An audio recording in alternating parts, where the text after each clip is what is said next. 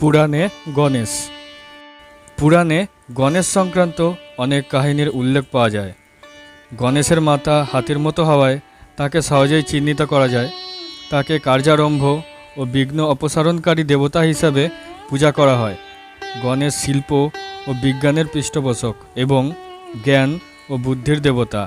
সংস্কৃত সাহিত্যে গণেশ কীভাবে একজন গুরুত্বপূর্ণ দেবতা হয়ে উঠলেন সেই বিষয়ে সমীক্ষা করতে গিয়ে লুডো রোচা লিখেছিলেন, সর্বোপরি সবাই এটা খেয়াল করবেন যে গণেশ সংক্রান্ত যে অসংখ্য গল্প প্রচলিত আছে তা ডানা বেঁধেছে অল্প কয়েকটি ঘটনাকে ঘিরে। এই ঘটনাগুলির সংখ্যা প্রধানত 3: তার জন্ম ও পিতামাতার কথা, তার হাতির মাথা এবং তার একটি মাত্র দাঁত থাকার কথা। অন্যান্য ঘটনাগুলিও ধর্মগ্রন্থগুলি ছুঁয়ে গিয়েছে, তবে সেগুলির উপর বিশেষ গুরুত্ব দেওয়া হয়নি।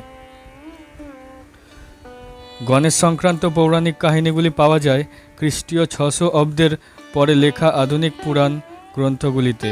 খ্রিস্টীয় 600 অব্দের আগে লেখা বায়ুপুরাণ ও ব্রহ্মাণ্ড পুরাণে গণেশের যে গল্প পাওয়া যায় তা 7ম থেকে 10ম শতাব্দীর মাঝামাঝি সময় ওই দুই পুরাণে প্রক্ষিপ্ত হয়েছিল। জন্ম ও শৈশব। লোকবিশ্বাস অনুসারে গণেশ হলেন শিব ও পার্বতীর পুত্র, তবে পুরাণে তার জন্ম সম্পর্কে বিভিন্ন পরস্পর বিরোধী গল্পের সন্ধান পাওয়া যায়। একটি মতে শিব তাকে সৃষ্টি করেছিলেন, অন্য মতে তাকে সৃষ্টি করেছিলেন পার্বতী, আরেকটি মতে শিব ও পার্বতী দুজনে মিলেই তাকে সৃষ্টি করেছিলেন। আবার অন্য একটি মতে শিব ও পার্বতী এক রহস্যময় উপায়ে তাকে সৃষ্টি করেছিলেন। গণেশের ভ্রাতা হলেন কার্তিক, তবে দুজনের মধ্যে কে বড় তা নিয়েও মতভেদ আছে। উত্তর ভারতে সাধারণত কার্তিককে বড় ও গণেশকে ছোট ভাই মনে করা হয়। অন্যদিকে দক্ষিণ ভারতে গণেশই জ্যেষ্ঠ ভ্রাতা। দেবতা হিসেবে গণেশের গুরুত্ব অর্জনের আগে খ্রিস্টপূর্ব 500 অব্দ থেকে 600 খ্রিস্টাব্দ পর্যন্ত যুদ্ধ দেবতা হিসেবে কার্তিক বিশেষ জনপ্রিয় ছিলেন। 600 খ্রিস্টাব্দের পর থেকে উত্তর ভারতে কার্তিক পূজার গুরুত্ব কমে যায়। কার্তিক জনপ্রিয়তা হ্রাস ও গণেশের জনপ্রিয়তা বৃদ্ধি পায় সমসাময়িক ঘটনা। গণেশ ও কার্তিকের মধ্যে ভ্রাতৃসুলভ প্রতিদ্বন্দ্বিতার অনেক গল্পও পুরাণে পাওয়া যায়। সম্ভবত সুদূর অতীতে গণেশ ও কার্তিক পূজক সম্প্রদায় দুটির সাম্প্রদায়িক দ্বন্দ্ব এইসব গল্পগুলির জন্ম দিয়েছিল। একবার গণেশ ও কার্তিকের মধ্যে ত্রিভুবন পরিক্রমার একটি প্রতিযোগিতা হয়েছিল। বিজয়ীর পুরস্কার ধার্য হয়েছিল জ্ঞানফল। কার্তিক 3 ভুবন পর্যটনে বেরিয়ে পড়েন, কিন্তু গণেশ শুধু তার বাবা মাকেই প্রদক্ষিণ করেন। এর কারণ জিজ্ঞাসা করা হলে গণেশ জানান তার পিতামাতা শিব ও পার্বতী ত্রিভুবন, সেই জন্য গণেশকেই জ্ঞানফল দেওয়া হয়। হাতির মাথা। গণেশের মাথাটি হাতির মতো কেন, তার ব্যাখ্যা একাধিক পুরাণের নানা গল্পে দেওয়া হয়েছে। সাধারণত এই ব্যাখ্যা গণেশের জন্ম ও সংক্রান্ত একটি বিষয়। এই সব গল্পে গণেশ উপাসনাকারী সম্প্রদায়ের বিপুল জনপ্রিয়তা ব্যাখ্যাও পাওয়া যায়। ভক্তেরা সাধারণত তার গজমণ্ডটিকে বুদ্ধি, অতুলনীয় শক্তি, বিশ্বস্ততা এবং হাতির অন্যান্য চারিত্রিক গুণের প্রতীক হিসেবে দেখেন।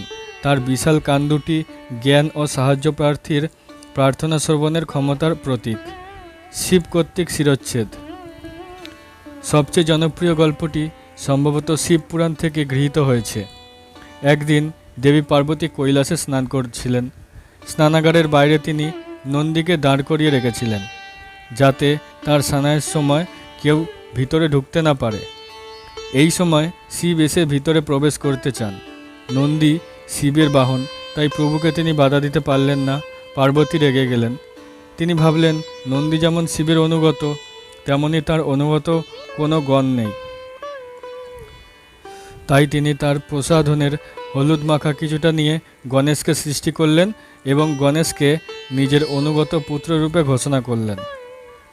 এরপর থেকে পার্বতী স্নানাগারের বাইরে গণেশকে দাঁড় করাতেন। একবার শিব এলেন, তিনি ভিতরে প্রবেশ করতে চাইলেন, কিন্তু গণেশ তাকে বাধা দিলেন। শিব রেগে গিয়ে তার বাহিনীকে আদেশ দিলেন গণেশকে হত্যা করার, কিন্তু তারা গণেশের সামান্য ক্ষতি করতেও সক্ষম হলো না।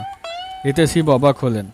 তিনি বুঝলেন গণেশ সামান্য ছেলে নয়, তাই তিনি নিজে গণেশের সঙ্গে যুদ্ধ করতে এলেন।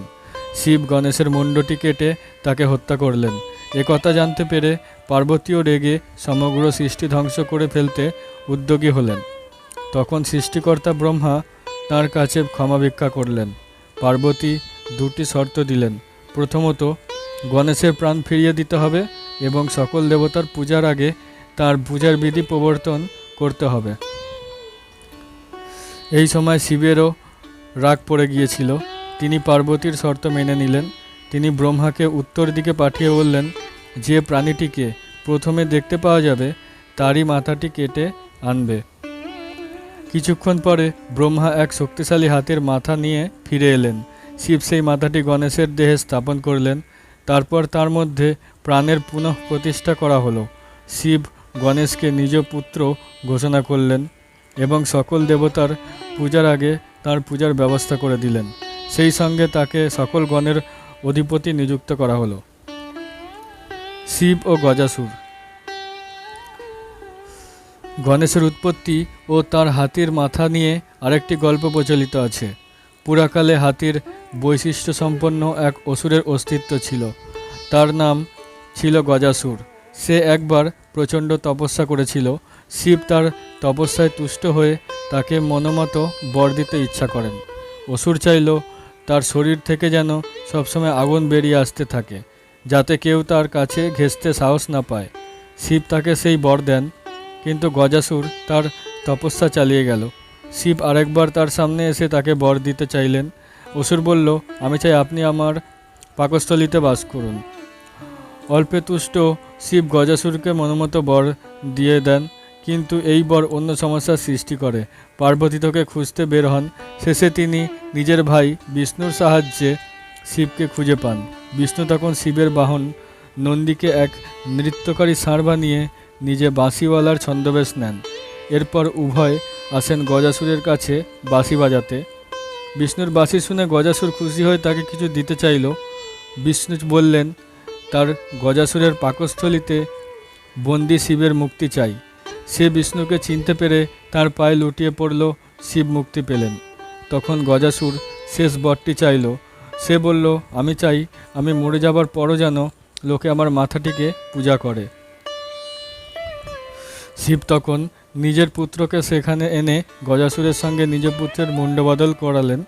সেই থেকে সকল দেবতার পূজার আগে গণেশের পূজা চালু হলো। শনির দৃষ্টি। ব্রহ্মবৈবর্ত পুরাণ এর কাহিনী অনুসারে গণেশের জন্ম হয়েছিল অন্যভাবে। শিব ও পার্বতী পুত্রলাভের আশায় বর্ষব্যাপী পুণ্যক ব্রত ও বিষ্ণু পূজা করেছিলেন। এই ব্রতে তুষ্ট হয়ে বিষ্ণু বলেছিলেন তিনি প্রতিকল্পে পার্বতীর পুত্ররূপে অবতীর্ণ হবেন। এরপর পার্বতীর গর্ভে এক পুত্রের জন্ম হয়। সকল দেবদেবী তার জন্ম উপলক্ষে উৎসবে মেতে ওঠেন। যদিও সূর্যের পুত্র শনি শিশুটিকে দিকে তাকাতে ইতস্তত করেন, কারণ শনির দৃষ্টি অমঙ্গলজনক। কিন্তু পার্বতীর পীড়াপিড়িতে শনি শিশুটির দিকে তাকাতে বাধ্য হন। মুহূর্তের মধ্যে শিশুর মস্তক ছিন্ন হয়ে গোলোকে চলে যায়। শিব ও পার্বতী এতে শোকে মুহ্যবান হয়ে পড়লে বিষ্ণু গরুড়ের পিঠে চড়ে পুষ্পভদ্র নদীর তীরে এসে উপস্থিত হন। সেখান থেকে তিনি একটি হস্তী শিশুর মাথা নিয়ে ফিরে আসেন। এরপর পার্বতীর শিশুর মুণ্ডহীন দেহে সেই হাতির মাথাটি বসিয়ে তার প্রাণ ফিরিয়ে আনা হয়। এই শিশুর নাম রাখা হয় গণেশ এবং দেবতারা তাকে আশীর্বাদ করেন।